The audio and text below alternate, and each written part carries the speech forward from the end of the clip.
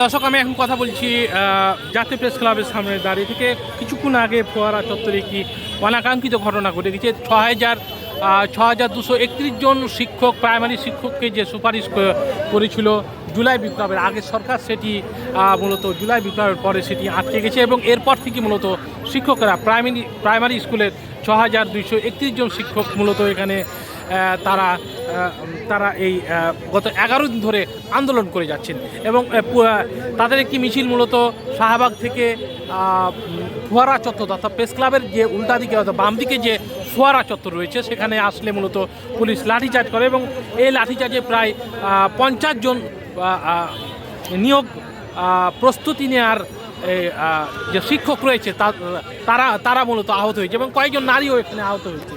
কয়েকজন নারী এখানে উপস্থিত আছেন, দর্শক দেখতে পাচ্ছেন। পাশাপাশি এখানে আরেকটি বিষয় বলতে চাই যে কয়েকজন নারী বাচ্চা নিয়ে এসেছেন এবং তারাও এখানে আহত হয়েছেন।